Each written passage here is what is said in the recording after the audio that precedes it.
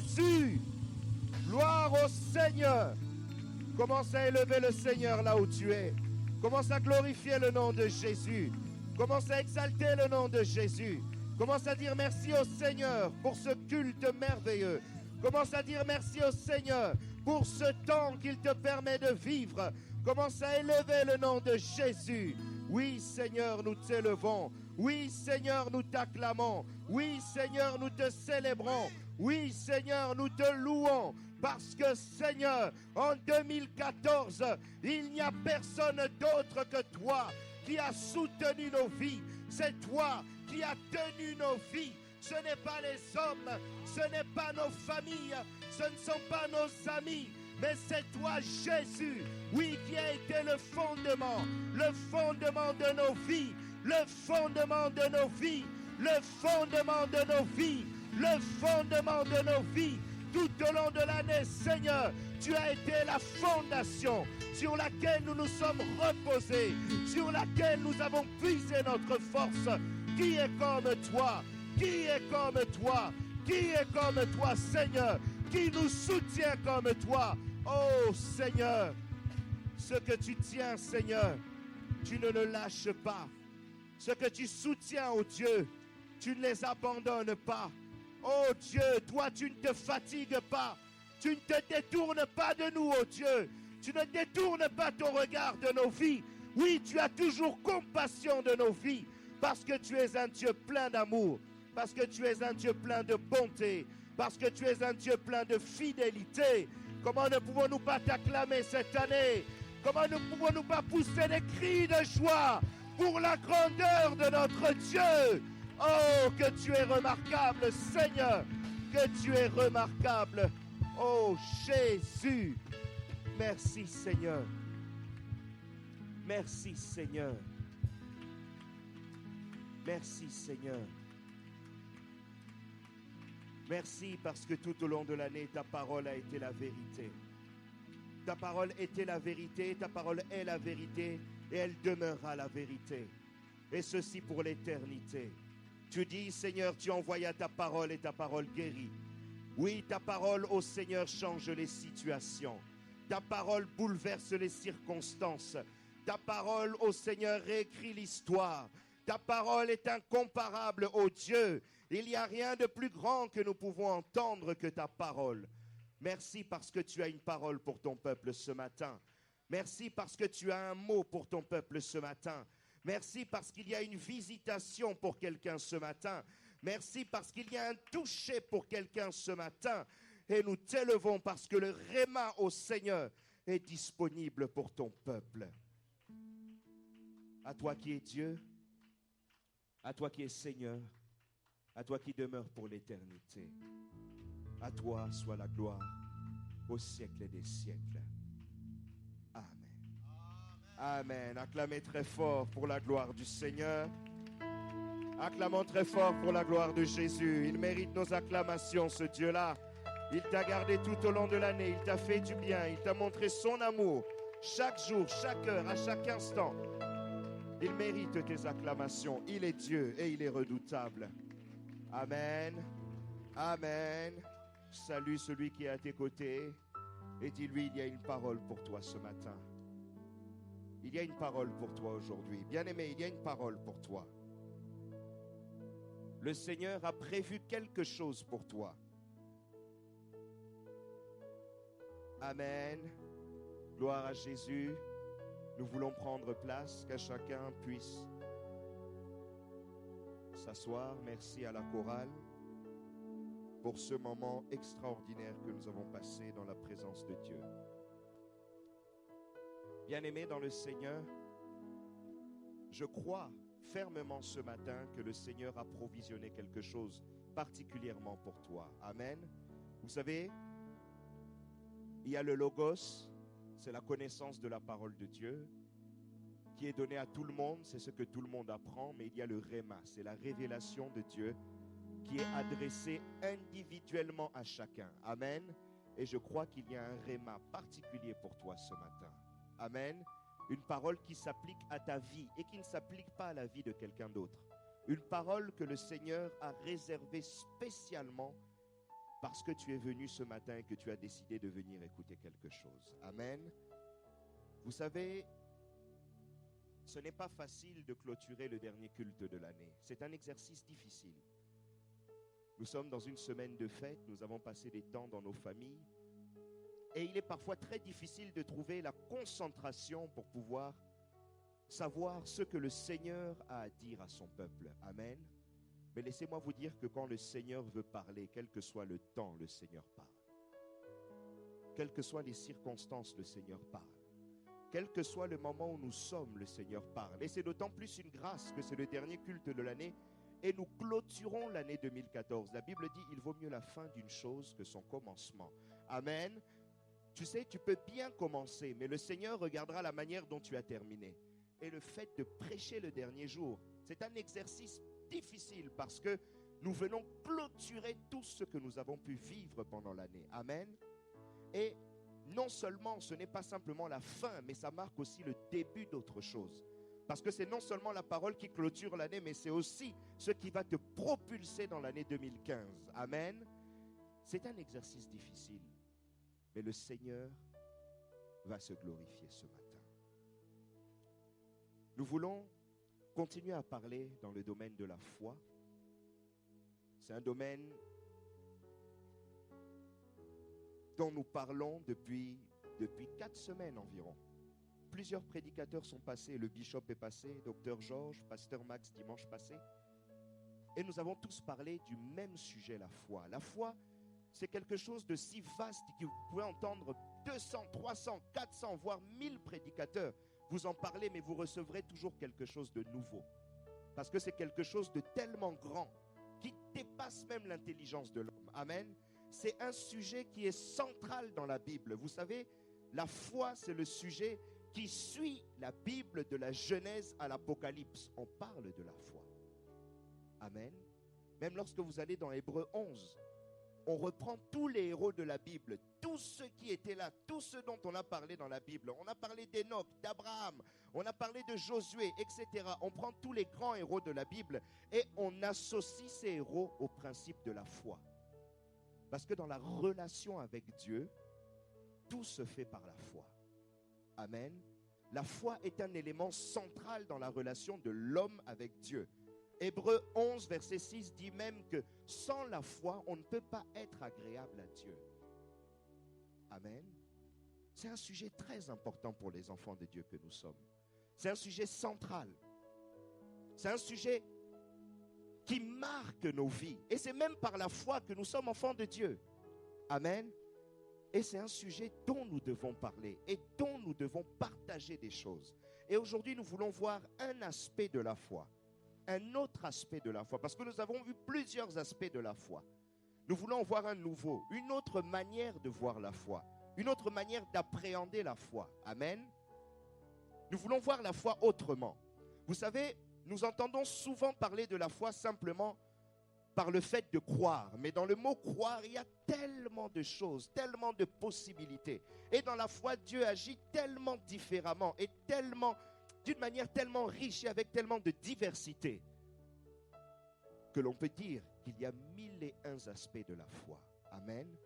Et aujourd'hui, nous voulons voir l'aspect prophétique de la foi. Nous voulons parler ensemble de la dimension prophétique de la foi. Amen. La dimension prophétique de la foi. C'est un thème qui peut paraître difficile lorsqu'on entend dimension prophétique de la foi. Prophétique, foi, mais comment peut-on associer ces deux mots? Mais vous allez voir que c'est un principe simple. Parce que la foi rencontre à un certain moment la dimension prophétique. Amen. Et c'est un élément qui peut arriver dans ta vie. Et il est important que tu sois averti de ces choses et que tu puisses comprendre ces choses afin que lorsque tu te retrouveras face à une situation, que ta foi s'élève à une dimension prophétique. Amen. Amen. Nous pouvons entrer dans le sujet. Amen. Est-ce que vous êtes avec moi? Est-ce que vous êtes avec moi? Nous pouvons lire la parole de Dieu ensemble. Nous voulons aller dans le livre d'Ézéchiel, chapitre 37, à partir du verset 1er. Ézéchiel 37, à partir du verset 1er. C'est un passage que nous connaissons tous, que nous aimons beaucoup lire. C'est un passage que nous avons entendu beaucoup de prédications par rapport à ce passage. Amen. Dieu m'a fait grâce de pouvoir voir autre chose dans ce passage. Il m'a parlé autrement.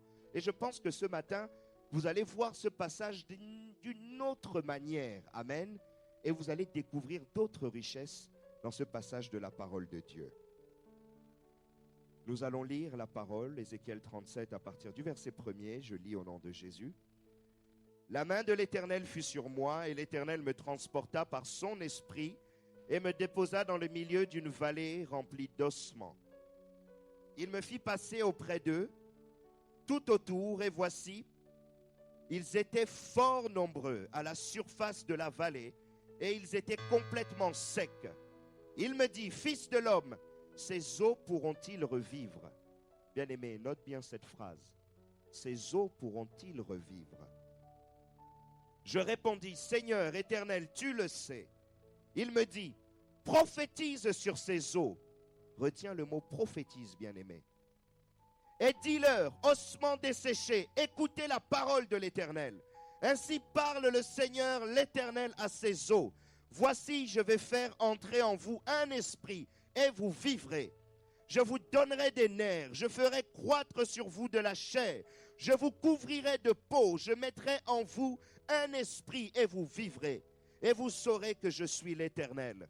Je prophétisais selon l'ordre que j'avais reçu.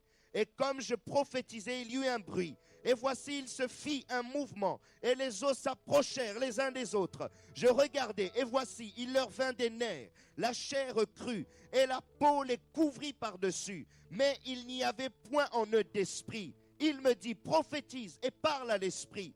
Prophétise, fils de l'homme, et dis à l'esprit, ainsi parle le Seigneur l'Éternel. Esprit vient des quatre vents, souffle sur ces morts, et qu'ils revivent. Je prophétisais selon l'ordre qu'il m'avait donné, et l'esprit entra en eux, et ils reprirent vie. Ils se tinrent sur leurs pieds, c'était une armée nombreuse, très nombreuse. Acclamons pour la parole de Dieu.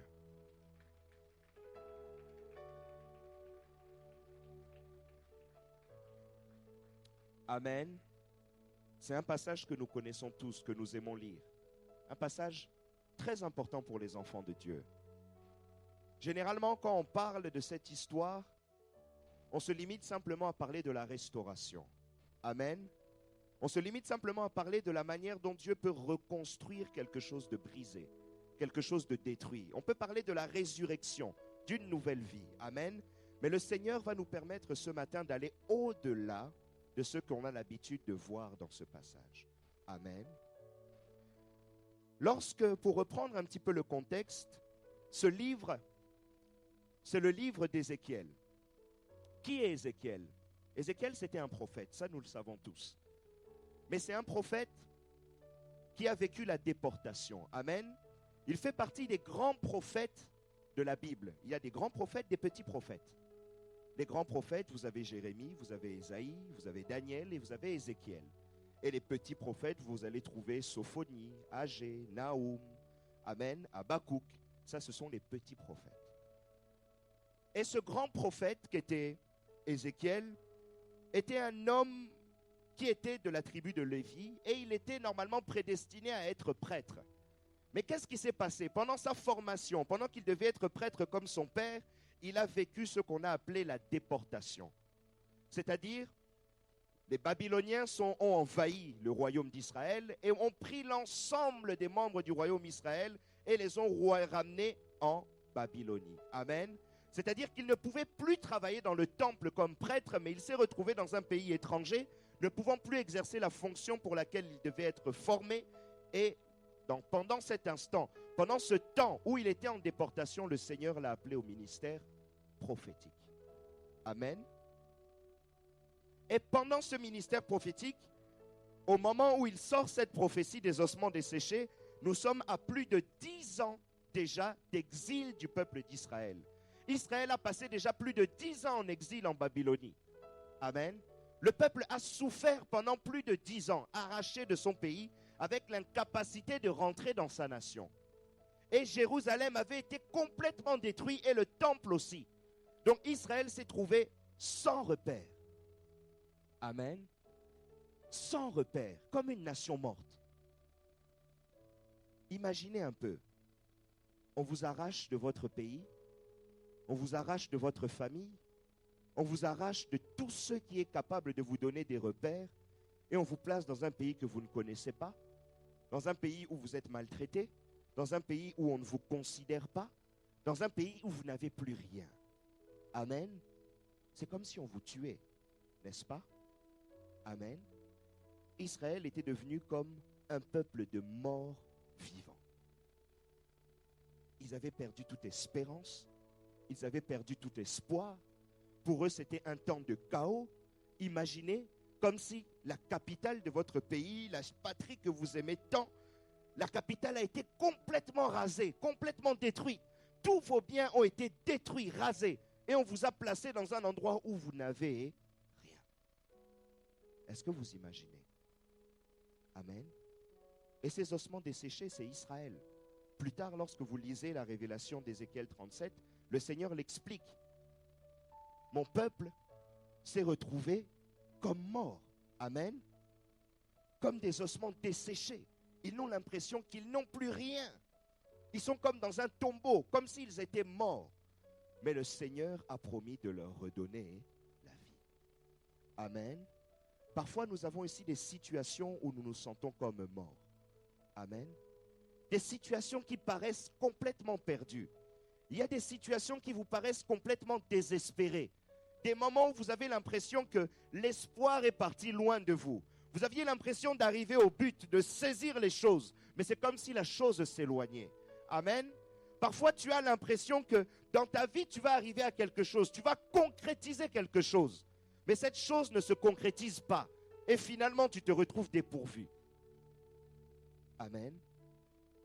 Parfois, tu as l'impression que ta famille est comme morte. Tu as misé tant d'espoir, tu as fait tant d'efforts, tu as fait tant de choses. Mais tout ce qui donnait ta force, tout ce qui donnait du bien à ta famille a été perdu. Et ta famille s'est retrouvée comme morte. Amen. Tu as travaillé des années dans une entreprise, tu es monté très haut, tu commençais à avoir un bon salaire, la vie commençait à changer, les choses commençaient à évoluer, ta famille commençait à monter un peu. Mais ce travail s'arrête et tu n'as plus rien. Et ta famille qui comptait sur toi n'a plus rien. Amen. Le désespoir qui rentre dans la maison. C'est des choses qui arrivent. Des choses que nous vivons, que nous avons peut-être vécues tout au long de l'année, des choses que nous avons vues régulièrement. Mais laisse-moi te dire que lorsqu'il n'y a plus d'espoir, lorsqu'il y a le chaos, lorsque tu n'as plus rien, Dieu a une parole. Amen. Lorsqu'il n'y a plus rien dans ta vie, lorsque l'espoir est perdu, Dieu ne reste pas silencieux ou insensible. Dieu parle. Amen. Dieu a un plan. Israël s'était ressenti seul. Israël se sentait comme un peuple abandonné, comme un peuple lâché dans un territoire ennemi, lâché dans un territoire lointain. Mais ils avaient oublié qu'au-dessus d'eux, il y avait un Dieu. Et que ce Dieu-là n'était pas un Dieu silencieux, que ce Dieu-là n'était pas un Dieu insensible à leur souffrance, mais que Dieu avait un mot à dire dans leur situation. Amen. Et lorsque Dieu parle, et lorsque Dieu a un plan, ce plan, c'est un plan de changement. Amen. Un plan de restauration, un plan pour redonner la vie. Amen. Un plan pour rebâtir, un plan pour restaurer tout ce que tu as perdu. Un plan pour redonner la vie là où il y avait la mort. Un plan pour te relever. Bien-aimé, Dieu ne reste pas insensible à ta situation. Parfois, tu as l'impression que la situation a duré. Eux, ils ont fait plus de 10 ans dans la déportation, plus de 10 ans, seuls, à souffrir. Mais pendant plus de 10 ans, Dieu parlait. Amen. Dieu avait déjà quelque chose à leur dire. Dieu avait déjà une restauration qu'il avait provisionnée pour eux. Chacun de nous, individuellement, dans tout ce que nous vivons, dans tout ce que nous traversons, Dieu a une parole. Dieu a un mot, Dieu a un plan spécifique pour un chacun de nous. Mais maintenant, la question et le problème, c'est comment cette parole peut-elle prendre vie? Amen. Comment cette parole peut-elle se matérialiser? Parce que le problème, c'est que Dieu a parlé. Dieu a dit quelque chose à Ézéchiel. Dieu a parlé aux ossements desséchés. Dieu a dit quelque chose pour les ossements desséchés. Mais comment ces ossements pouvaient-ils reprendre vie? C'était ça la question. Lorsque j'ai lu ce passage, je me suis posé cette question. Le Seigneur m'a torturé sur cette question-là. Amen. Pour chercher à creuser et comprendre comment cette parole pouvait-elle se matérialiser et donner vie à des ossements. Et c'est là tout le mystère et toute la dimension prophétique de la foi dont nous voulons parler aujourd'hui. Amen. Lorsque vous analysez ce passage, je vous ai demandé de retenir certaines choses. Ce n'est pas pour rien. Lorsque j'ai lu ce passage, je me suis posé une question. Je me suis dit, Dieu a une parole tellement puissante qu'on dit, la Bible dit que Dieu dit une chose, que quand il dit, et la chose s'accomplit. Amen, maman. Que Dieu te bénisse. C'est-à-dire, la parole de Dieu est tellement puissante que Dieu appelle à l'existence par sa parole ce qui n'existe pas. Amen. La parole de Dieu est illimitée. Lorsque Dieu parle, quelque chose se passe. Amen. Et la parole de Dieu a toute autorité. Amen. Mais qu'est-ce qui s'est passé à ce moment-là? Dieu a parlé aux ossements. Mais pourquoi avait-il besoin d'un homme? Pourquoi avait-il besoin d'Ézéchiel? Amen. Il aurait pu lui-même parler à ses ossements desséchés. Ses ossements se seraient relevés. Mais pourquoi a-t-il fait appel à Ézéchiel? C'est quelque chose qui m'a troublé. Mais je me suis dit, mais Seigneur, tu es tellement grand, tu es tellement puissant. Mais pourquoi te tourner vers quelqu'un de faible comme Ézéchiel? Mais qu'est-ce que représente Ézéchiel devant toi? Mais pourquoi fallait seulement que Ézéchiel soit là? Et pourquoi il fallait qu'Ézéchiel parle? Amen. Mais ce n'est pas quelque chose qui vous trouble lorsque vous regardez ce passage. Lorsque j'ai avancé, je me suis demandé, il parle à Ézéchiel, il lui demande, est-ce que ces ossements pourront revivre? Mais pourquoi il lui pose cette question? Mais pourquoi il lui demande? Amen. Parce que Dieu lui-même sait que les ossements vont revivre, mais pourquoi il pose la question à Ézéchiel? Il aurait pu se passer de cette question. Amen. Et à la fin, pourquoi il lui demande de prophétiser? Pourquoi? Il aurait pu prophétiser lui-même. Amen. Dieu est tout. Dieu est complet. La Bible dit qu'il remplit tout en tout. Mais pourquoi avait-il besoin qu'Ézéchiel, un homme, prophétise?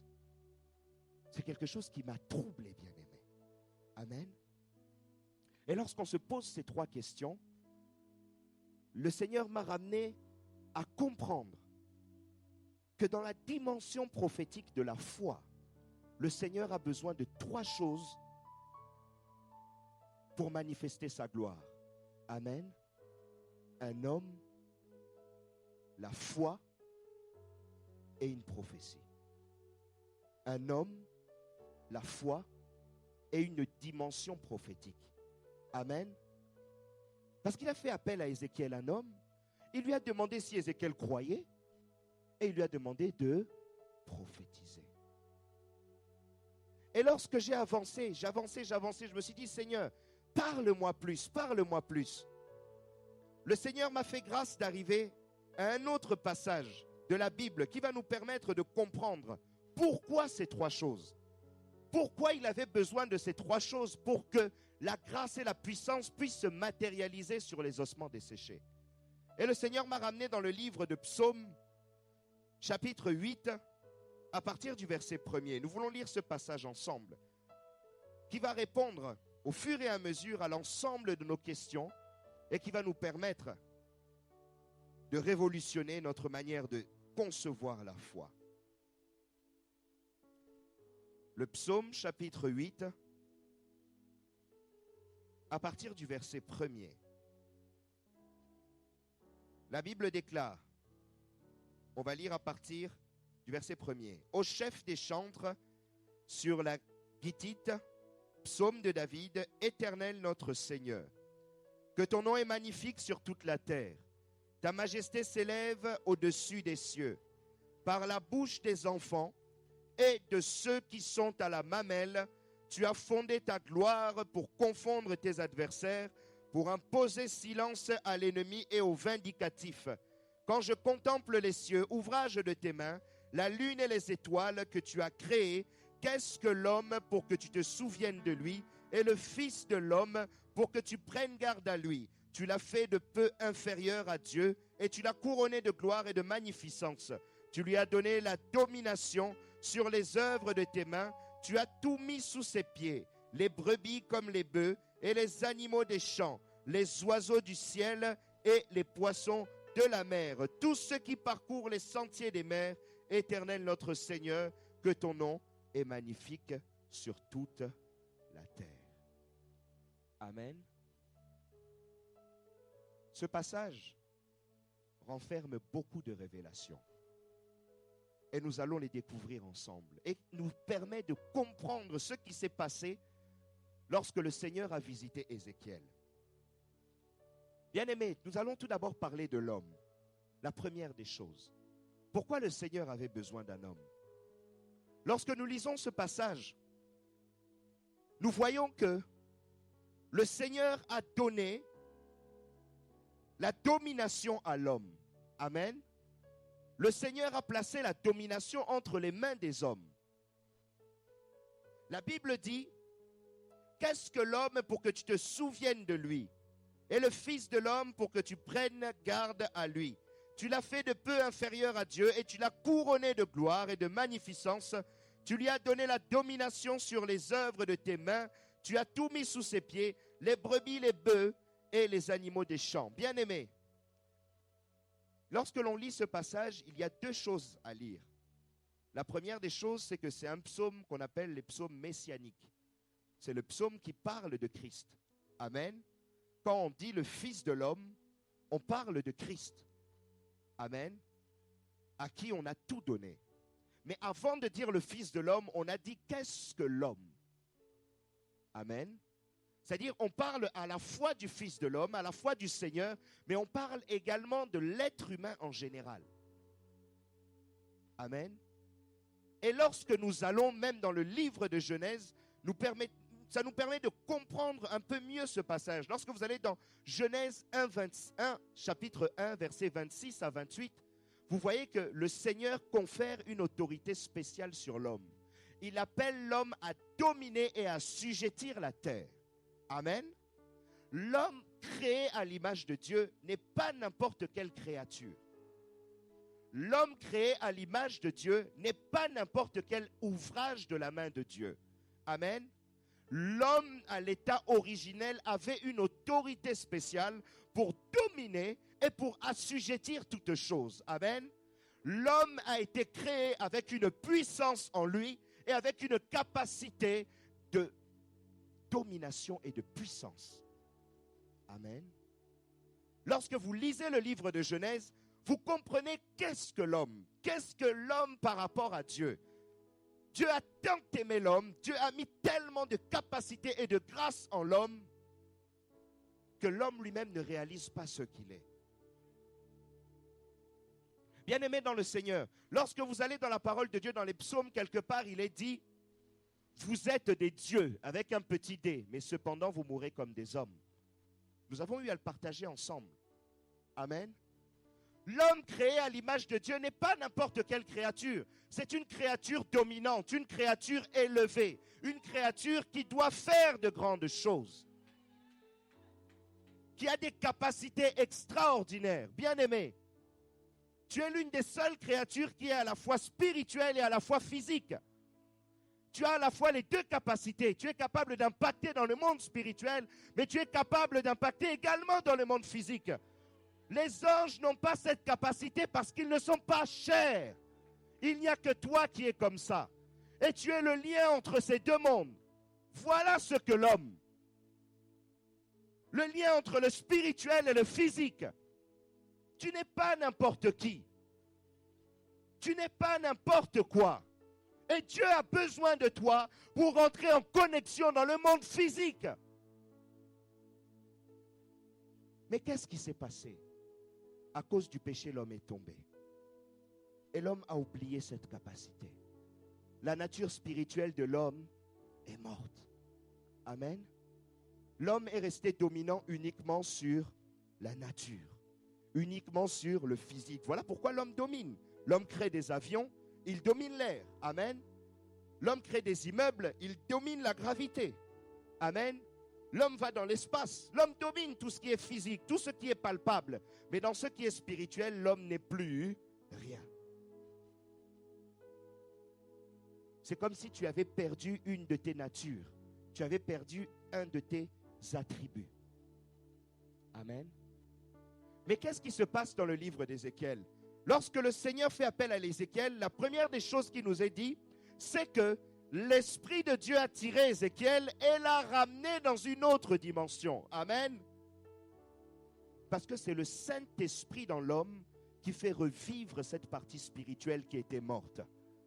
C'est le Saint-Esprit dans l'homme qui fait renaître cet aspect spirituel que tu as perdu après la chute de l'homme. Amen. Mais à l'époque du prophète, le Saint-Esprit ne venait que pour un temps, pour une mission, et il s'en allait. Mais aujourd'hui, le Saint-Esprit est en toi d'une manière permanente. Et tu retrouves ta domination, et tu retrouves tes capacités, et tu retrouves tes potentialités, et tu es capable d'impacter dans le spirituel comme dans le physique. Bien-aimé, laisse-moi te dire que tu es très dangereux. Tu n'es pas n'importe qui. Et on ne peut pas jouer avec toi. Et le Seigneur a besoin de toi pour impacter. Le Seigneur connaît les potentialités qu'il y a en toi. Voilà pourquoi il aime se tourner vers toi. Posez-vous la question. Pourquoi pour le salut de l'homme, il a fallu que Dieu puisse revêtir un corps humain? C'est que dans l'homme, il y a une richesse. Amen. Sinon, Jésus ne se serait pas fait homme. Dans l'homme, il y a des capacités. Et ces capacités, c'est l'esprit qui les vivifie. Et lorsque nous comprenons la dimension prophétique de la foi, dans la dimension prophétique de la foi, Dieu a besoin d'un homme qui est rempli du Saint-Esprit. Amen. Et ce passage de psaume nous permet de comprendre qui est l'homme.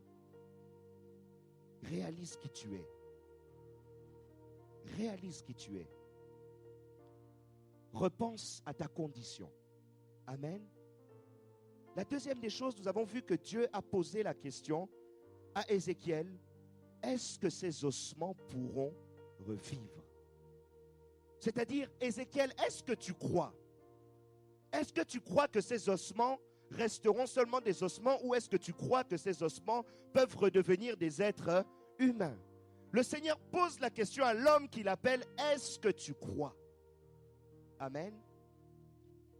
Lorsque nous lisons dans ce passage, la Bible nous dit, dans le psaume 8, à partir du verset 3, la Bible dit, « Par la bouche des enfants et de ceux qui sont à la mamelle, tu as fondé ta gloire pour confondre tes adversaires, pour imposer silence à l'ennemi et au vindicatif. » Mais lorsqu'on parle des enfants, ça ne vous fait penser à rien.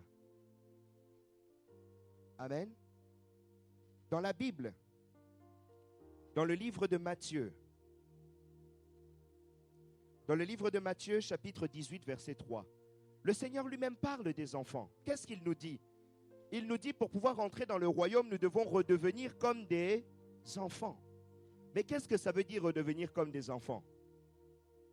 C'est pouvoir croire comme des enfants. Amen. Un enfant, lorsqu'il croit, un enfant ne doute pas. Un enfant ne se pose pas des questions. Un enfant ne va pas réfléchir à midi à 14h sur ce que ses parents lui ont dit.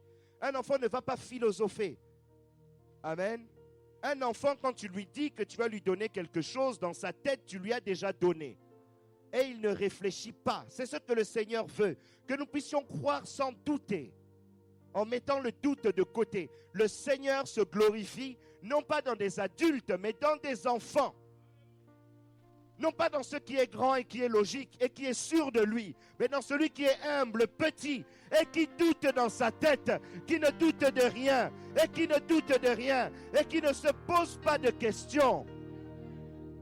Bien-aimé, parfois tu te sens si grand et tellement sûr de toi, mais Dieu ne se glorifie pas en toi parce que le Seigneur a besoin que tu sois tellement petit, tellement naïf, tellement bébé pour tirer sa gloire dans ta vie. Le Seigneur a besoin que tu crois. Il avait besoin qu'Ézéchiel croie comme un petit enfant. Bien-aimé, quel adulte peut croire que des ossements peuvent reprendre vie? Aucun. Parce que l'adulte va raisonner en termes scientifiques. Mais comment les nerfs vont arriver? Mais ils n'ont pas d'omoplate. Mais les omoplates sont à gauche. Mais le fémur. Mais comment je vais reconstituer? Il allait même peut-être prendre les ossements lui-même et essayer de les recoller. Amen. Mais un enfant ne réfléchit pas. Un enfant est comme fou. Amen. Parfois on dit aux enfants, mais toi ça va pas bien. Amen. Mais le Seigneur a besoin qu'on soit comme ça. Lorsque vous allez dans le livre d'Hébreux, nous allons essayer de mieux comprendre un petit peu cet aspect de la foi que le Seigneur nous demande de comprendre. Lorsque vous allez dans le livre d'Hébreux, chapitre 11, à partir du verset 1er, c'est la définition exacte de la foi.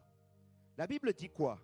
Or, la foi est une ferme assurance des choses qu'on espère, une démonstration de celles qu'on ne voit pas. Pour l'avoir possédée, les anciens ont obtenu un témoignage favorable. C'est par la foi que nous reconnaissons que l'univers a été formé par la parole de Dieu, en sorte que ce qu'on voit n'a pas été fait des choses visibles. Bien-aimé dans le Seigneur, c'est-à-dire que lorsque tu es un enfant, tu crois que tout ce qui existe autour de toi ne vient pas des choses visibles, mais vient de l'invisible, là où Dieu a parlé. Est-ce que tu comprends? Est-ce que tu comprends? C'est-à-dire que tu ne te focalises pas dans le naturel, tu ne te focalises pas dans le physique, tu ne te focalises pas dans le monde que tu vois, mais tu te focalises sur le spirituel, là où tu sais que Dieu a dit un mot pour toi. Est-ce que tu comprends? Nous sommes dans la période de fête actuellement, nous avons été dans la période de Noël. Lorsque un parent, peut-être nous avons tous été enfants, lorsque vos parents vous disaient, je vais te donner un cadeau, est-ce que toi tu réfléchissais à savoir comment ton papa va travailler, comment ton papa va faire et quelle facture il va payer et où il va acheter le jouet? Tout ce que tu savais, c'est que le cadeau allait t'attendre et quand tu vas te déballer, tu sais que le cadeau est à l'intérieur. Bien-aimé dans le Seigneur, tu as cru simplement en une parole qui n'a pas de corps, en une parole qui n'a pas d'état, une parole que tu ne peux pas toucher. Et quand tu as cru dans cette parole, à la fin, la chose s'est matérialisée. Bien-aimé, c'est ça la foi. C'est croire simplement en des choses impalpables que tu ne peux pas toucher. Et tu crois tellement que ces choses se matérialisent dans le monde physique. C'est ça la véritable foi. Amen. Tu es tellement un enfant que tu sais que mon papa a parlé, que mon papa m'a promis des choses, mais que dans ces choses qu'il a promis, mon papa sait lui-même comment il va les matérialiser et comment je vais les toucher et comment je vais les avoir entre mes mains. Est-ce que nous comprenons la parole de Dieu? Est-ce que nous comprenons un peu la foi? Est-ce que nous comprenons la nouvelle dimension de la foi auquel le Seigneur nous appelle? Bien-aimé, ne crois pas dans ce que tu peux toucher. Ne crois pas dans ce que tu peux voir. Mais vois au-delà. Vois au-delà. Amen. Et nous avons un troisième élément qui arrive. La dimension prophétique. Le Seigneur a demandé au prophète de prophétiser. Amen. Il lui a demandé de parler, il lui a demandé de prophétiser, de parler aux ossements, de prophétiser sur les ossements desséchés. Lorsque nous retournons dans le livre de Psaume, chapitre 8, verset 3, le Seigneur nous parle des enfants, des bébés, mais il nous dit que cette gloire est dans la bouche de ces enfants. Amen. Est-ce qu'on peut nous remettre le Psaume, chapitre 8, verset 3? S'il vous plaît, nous voulons le revoir ensemble. Par la bouche des enfants et de ceux qui sont à la mamelle, C'est-à-dire, le Seigneur avait besoin d'un homme, que cet homme soit un enfant. Et cette gloire, il l'avait mis dans la bouche de cet enfant. Amen. Est-ce que nous comprenons comment les choses s'enchaînent? Mais pourquoi dans la bouche? Qu'est-ce que c'est que prophétiser? Lorsque nous allons dans la dimension prophétique, généralement nous connaissons qu'un seul aspect de la dimension prophétique. On sait simplement que dans la dimension prophétique, on parle des choses qui vont arriver demain. Amen. C'est-à-dire que quand on prophétise, on parle des choses qui vont arriver demain, dans 1 mois, dans 6 mois. On parle de l'avenir. Amen.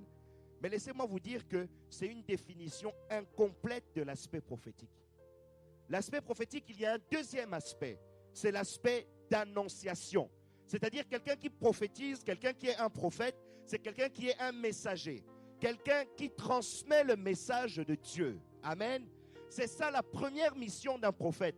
C'est ça le premier travail d'un prophète. C'est-à-dire un prophète, c'est quelqu'un qui proclame la parole que Dieu lui a donnée. Est-ce que vous comprenez? Quand le Seigneur a demandé à Ézéchiel de prophétiser, il ne lui a pas demandé de dire n'importe quoi. Il ne lui a pas demandé de parler de l'avenir. Il lui a demandé simplement de répéter ce que le Seigneur lui a dit. Est-ce que vous comprenez? Dieu a donné une parole au prophète. Il lui a demandé s'il croyait. Le prophète avait cru. Et lorsqu'il a cru, il a demandé à ce prophète de répéter ses paroles sur les ossements desséchés. Est-ce que vous me suivez? Voilà pourquoi le livre de Proverbes dit que la vie et la mort sont au pouvoir de la langue. Bien-aimé, dans ta bouche, il n'y a pas n'importe quoi. Tu n'as pas n'importe quelle bouche. Le Seigneur se glorifie dans ce qu'il y a dans ta bouche, mais ne se glorifie pas n'importe comment. Il se glorifie sur la base de ce qu'il a dit. Est-ce que nous comprenons?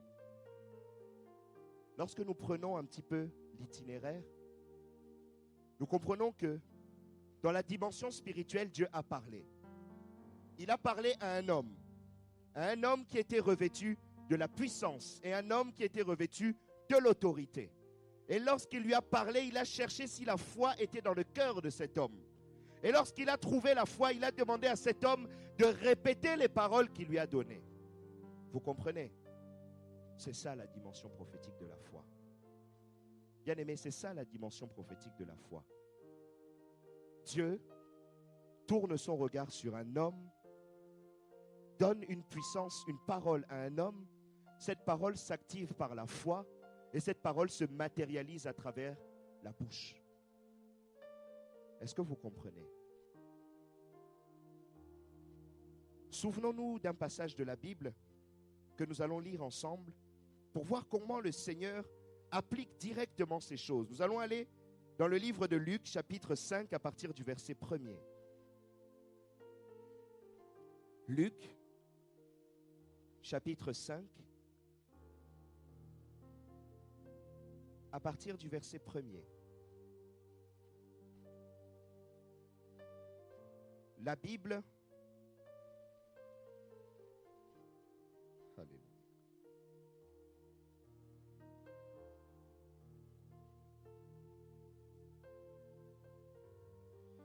La Bible déclare: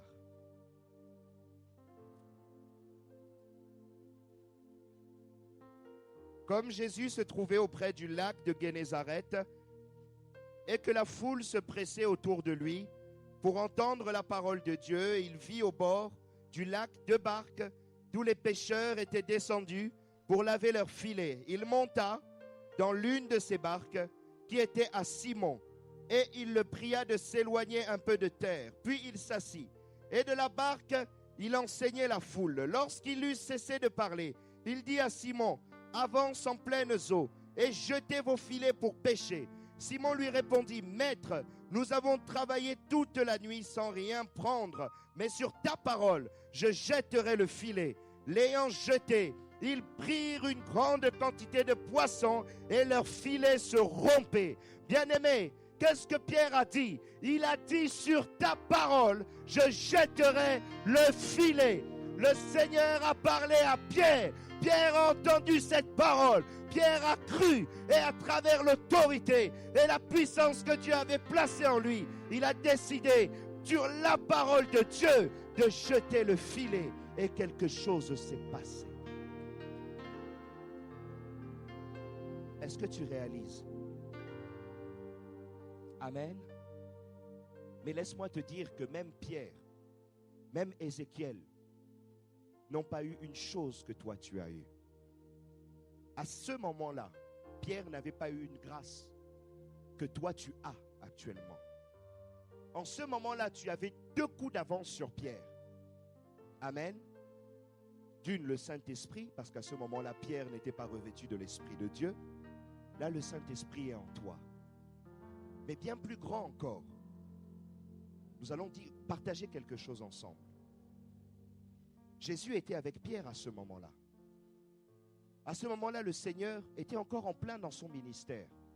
Il y a un événement qui ne s'était pas encore passé. Amen. Il y a un événement que Pierre n'avait pas encore vu. Il y avait un événement que Pierre n'avait pas encore vécu. Bien-aimé, c'est la croix. Lorsque Pierre était dans la barque à ce moment-là, Christ n'avait pas été sur la croix. Christ était encore en plein dans son ministère.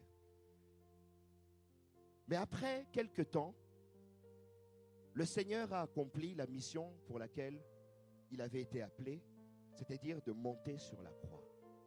Amen. Il s'est retrouvé au mont Golgotha, comme vous le savez. Il a été pendu au bois, comme la Bible dit. Ses mains ont été clouées, ses pieds ont été cloués. Un événement très difficile, très dur. Amen. Il a passé des heures sur la croix. Mais qu'est-ce qui s'est passé? Le Seigneur a dit un mot, juste avant de rendre l'Esprit. Le Seigneur a dit juste un mot qui change complètement nos vies, qui bouleverse complètement nos existences. Le Seigneur a dit une parole, simplement en une seule parole. Le Seigneur a ouvert toutes les possibilités à nos vies. Amen. Juste avant d'expirer, dans le livre de Jean, chapitre 19, verset 30, le Seigneur a dit, tout est accompli. Tout est accompli. Tout est accompli. Tout est accompli. Tout est accompli. Tout est accompli. Tout est accompli. Tout est accompli. Tout est accompli. Tout est accompli. Sur la base de cette parole, tes enfants sont accomplis. Sur la base de cette parole, ton miracle est accompli. Sur la base de cette parole, ta guérison est accomplie. Sur la base de cette parole, ta vie va changer. Sur la base de cette parole, ta vie va changer. Sur la base de cette parole, tu ne resteras pas la même personne. Tout est accompli. Tout est accompli. C'est la parole pour ta vie. Tout est accompli. Tout est accompli. Tout est accompli. Tout est accompli. Tout est accompli. Bien-aimé dans le Seigneur, tout est accompli pour ta vie. Bien-aimé, tout. Alléluia. Tout, bien-aimé. Tout. Le Seigneur a dit tout. Il a ouvert toutes les portes. Il a ouvert toutes les possibilités. Il a ouvert toutes tes capacités. Il a tout dit, bien-aimé. Il a tout dit. À travers cette parole, il a parlé de tes enfants. Il a parlé de ta guérison. Il a parlé de tous tes besoins. Il a parlé. Oui, il t'a ouvert toutes les portes. Mais pourquoi les grâces ne se matérialisent pas dans ta vie? Mais pourquoi ta vie ne change pas? Parce que, bien-aimé, tu dois tourner ton cœur dans la foi. Il est bon pour toi de croire. Et il est bon pour toi de déclarer ces paroles sur ta vie. Je voudrais ce matin que quelqu'un dise dans ma vie, tout est accompli. Je voudrais que quelqu'un dise que Seigneur, toutes tes paroles sont accomplies dans ma vie. Toutes tes promesses sont oui et amen dans ma vie. Toutes tes promesses sont concrétisées dans ma vie. Je voudrais que quelqu'un rentre en 2015 en disant qu'en 2015, tout est accompli parce que le Seigneur a parlé sur la croix. Je voudrais que tu vives un temps nouveau. Je voudrais que tu vois les choses d'une manière différente. Je voudrais que tu évolues. Je voudrais que tu changes. Je voudrais qu'en 2015, tu montes comme une flèche. Mais bien aimé, tu dois croire et tu dois déclarer. Parce que Dieu t'a parlé. Dieu a posé son regard sur toi. Dieu a posé son regard sur toi comme il l'avait posé sur Ézéchiel. Dieu t'a regardé et il t'a dit, regarde les ossements desséchés de ta famille. Regarde les ossements desséchés de ta maison. Regarde les ossements desséchés de ta vie. Mais moi, Seigneur, je te dis que tout est accompli et que ces ossements pourront revivre. Bien-aimé, il est bon pour toi de croire et il est bon pour toi de déclarer. Est-ce que quelqu'un croit ce matin? Est-ce que quelqu'un croit ce matin? Est-ce que quelqu'un croit ce matin? Est-ce qu'il y a quelqu'un qui croit ce matin? Est-ce qu'il y a quelqu'un qui croit ce matin? Oh Seigneur Dieu de gloire. Oui, merci Seigneur Dieu de gloire. Parce que cette femme croit au Dieu. Parce que cette femme croit, Seigneur. Parce que ton peuple croit au Seigneur. Parce que ton peuple croit. Et sa vie va changer. Et sa vie va changer. Tout est accompli dans sa vie. Tout est accompli dans sa vie. Tout est accompli dans sa vie. Au nom de Jésus. Alléluia. Bien-aimé, tu vas te lever. Tu vas te lever. Nous allons prier ensemble. Nous allons prier ensemble. Tu vas saisir ta foi. Tu vas saisir ta foi. Et tu vas proclamer des choses sur ta vie. Ce matin, c'est un moment où le Seigneur t'élève à la dimension prophétique. Ce matin, le Seigneur t'élève dans une dimension prophétique où tu vas commencer à déclarer les promesses de Dieu dans ta vie. Tu vas commencer à t'approprier les promesses de Dieu dans ta vie. Tu vas commencer à les déclarer une à une, selon tes besoins, selon tes combats, selon tes défis, selon les ossements desséchés de ta vie. Ce matin, tu vas parler. Ce matin, tu vas parler. Ce matin, tu vas parler. Alléluia. Le Saint-Esprit est présent ce matin. Il y a une forte onction de Dieu dans cette salle ce matin. Il y a une forte puissance de Dieu, oui, qui nous élève à une dimension prophétique, qui nous élève dans une dimension prophétique, qui élève ton peuple dans une dimension prophétique. Seigneur, tu élèves ton peuple dans une dimension prophétique. Le Saint-Esprit nous élève dans une dimension prophétique. Le Saint-Esprit est là pour élever ta bouche à une dimension prophétique.